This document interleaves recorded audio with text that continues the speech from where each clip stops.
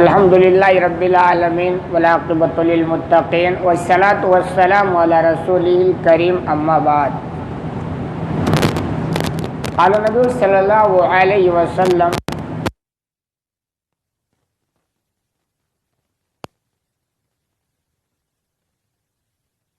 اس درس میں ہم دو ایسی نعمتوں کا تذکرہ کرنا چاہتے ہیں نعمتوں کے تعلق سے غافل ہوتے ہیں، اور ان نعمتوں کو ہم اس مہینے سے ذرا جوڑ کر دیکھیں تو کچھ بات زیادہ بنے گی. ایک نعمت ہے تندرستی. اللہ رب العالمین نے ہمیں زندگی دی ہے جو کئی حصوں پر مشتمل ہے اور ہر ایک کا اپنا مقام ہے. یہ پوری زندگی جو اللہ نے ہمیں دی بہت بڑی نعمت ہے، اور اگر ہماری صحت ٹھیک ہے، تندرستی اچھی ہے تو یہ بہت بڑی نعمت ہے. ایک ایک چیز پر آپ نگاہ دوڑائیں، کان ہے، آنکھ ہے، ناک ہے، کتنی بڑی بڑی نعمتیں ہیں، پیر ہے، ہاتھ ہے، زبان ہے. ان نعمتوں کا احساس اگر آپ کرنا چاہتے ہیں تو ان پر نگاہ دوڑائیں. ان نعمتوں میں سے جن سے یہ نعمتیں چھین لی جاتی ہیں. ایک اس آدمی سے پوچھو جس کے پاس پیر نہیں ہے، پیر کی قیمت اس کو زیادہ احساس ہوتا ہے. اس آدمی سے آنکھ کی قیمت کا اندازہ لگوائیں جس سے آنکھ کی جو قوت بینائی وہ چھین لی گئی. کہ یہ بڑی قیمتی نعمت ہے. تو اللہ نے جو ہمیں یہ تندرستی دی ہے یہ بہت بڑی نعمت ہے، لیکن حقیقت میں اس کی ہم قدر نہیں کر پاتے. اور دوسری نعمت ہے فرصت. کبھی کبھی آدمی اتنا مشغول ہوتا ہے نا کہ اس کے پاس کھانے کے ٹائم نہیں ہوتے، پیسے بہت ہوتے ہیں، کاروبار بہت لمبا چوڑا ہوتا ہے، لیکن دو نوالے پیٹ میں اتارنے کے لیے اس کے پاس ٹائم نہیں ہوتے. آپ دیکھیں اگر اللہ نے آپ کو فرصت دی ہے تو یہ بھی بہت بڑی نعمت ہے، ورنہ لوگ اتنے بزی ہوتے ہیں کہ اللہ ہی نہیں پڑا. تو یہ دو نعمتیں ہیں، اور ان دو نعمتیں کا عام دنوں میں تو ناقدری لوگ کرتے ہی ہیں، لیکن اس مہینے میں بھی لوگ ناقدری کر جاتے ہیں. چنانچہ آپ صلی اللہ علیہ وسلم اس کے تعلق سے بیان فرماتے ہیں. آپ دیکھیں آپ صلی اللہ علیہ وسلم ارشاد فرماتے ہیں نعمتان مغبونہ فیہما کثیر من الناس. دو ایسی نعمتیں ہیں جن میں اکثر لوگ نامراد ہو جاتے ہیں، ناکام ہو جاتے ہیں، ان کی قدر نہیں کر پاتے. اور وہ دو نعمتیں کیا؟ صحت والفراغ، تندرستی اور فرصت. اور حقیقت میں آپ دیکھیں ہماری زندگی کی جو سب سے بہترین صحت والی زندگی ہوتی ہے وہ جوانی والی ہوتی ہے. اور لوگوں پر آپ نگاہ دوڑائیں کہ ایک بندہ اپنی جوانی کی بہترین زندگی کو کیسے گواتا ہے. مجھے افسوس ہوتا ہے اتنا عظیم مہینہ ہے اور اللہ نے ایک جوان کو موقع عطا فرما دی. جوان سمجھتا ہے یہ مہینہ ابھی ہمارے لیے نہیں ہے، یہ تو بوڑھوں کے لیے ہے. ابھی تو ہماری لائف پڑی ہے.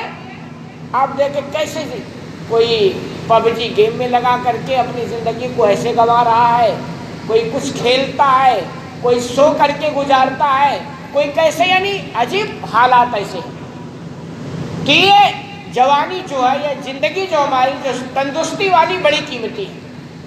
آپ کو اللہ نے ابھی چلنے پھرنے کے لائق بنایا ہے، بولنے کے لائق بنایا ہے، کام کرنے کے لائق بنایا ہے، تو اس کی قدر کریں، اس کو بڑا قیمتی سمجھیں اور اس کو آپ کام میں لائیں، عمل میں لائیں، ایسے نہ گزاریں.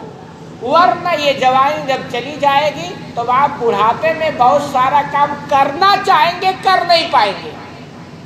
بھائی آپ اس عمر میں نماز نہیں پڑھتے ہیں، روزہ نہیں رکھتے ہیں، بڑھاپا آ گیا، گھٹنا جواب دے دیا، چلنا پھرنا مشکل ہو رہا ہے. اب آپ چاہیں گے کہ یار اچھے سے رکوع کر لیں تو رکوع نہیں ہو پائے گا، اچھے سے سجدہ کر لیں نہیں ہو پائے گا. روزہ رکھنا چاہیں گے، اب وہ طاقت ہی آپ کے پاس نہیں ہے.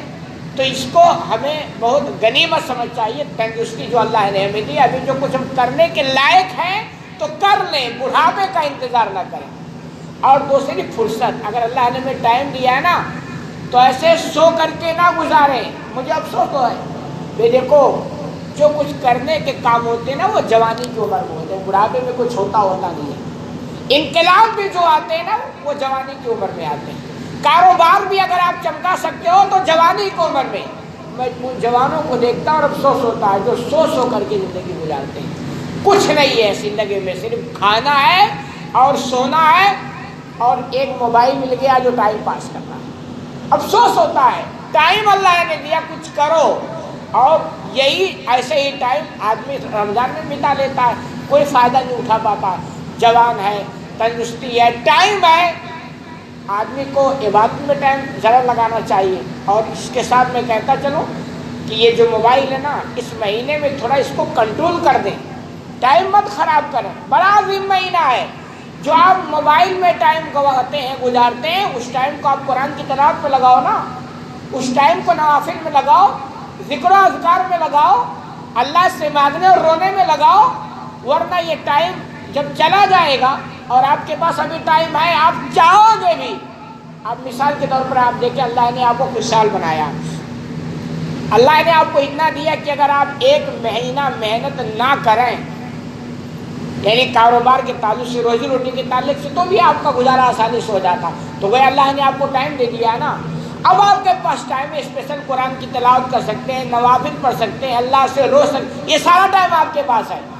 ایک اس آدمی پر نگاہ پڑو جس کی زندگی بڑی تنگ ہے. اس کو یہ ہے کہ اگر میں آج ڈیوٹی پہ نہیں جاؤں گا تو کل ہم کھائیں گے کیا. اس کی زندگی ایسی, ٹائم ہی نہیں ہے. وہ یہ سوچتا ہے کہ لاؤ تھوڑا میں قرآن کی تلاوت آج زیادہ کر لوں, اس کے پاس ٹائم ہی نہیں ہے. وہ یہ چاہتا ہے کہ لاؤ 2-4 رکعت نفل زیادہ پڑھ لوں, لیکن اس کے پاس ٹائم ہی نہیں ہے. اور آپ کے پاس ٹائم ہوتے ہوئے آپ یہ کام نہیں کرتے تو یہ آپ کی بڑی بدنصیبی ہے. ان 2 چیزوں پر ہمیں اس رمضان میں بھی دھیان دینا چاہیے, تندرستی اور ٹائم. اللہ نے صحت دار بنایا ہے, اس کا ہمیں فائدہ اٹھانا چاہیے اس سے, اور ٹائم دیا ہے اس سے بھرپور فائدہ اٹھانا چاہیے. یہ مزید انتظار میں یہ کرنا چاہیے کہ ابھی آگے ہمیں اور ٹائم ملے گا, اور کی کوئی گارنٹی نہیں ہے. اللہ رب العالمین سے دعا ہے کہ العالمین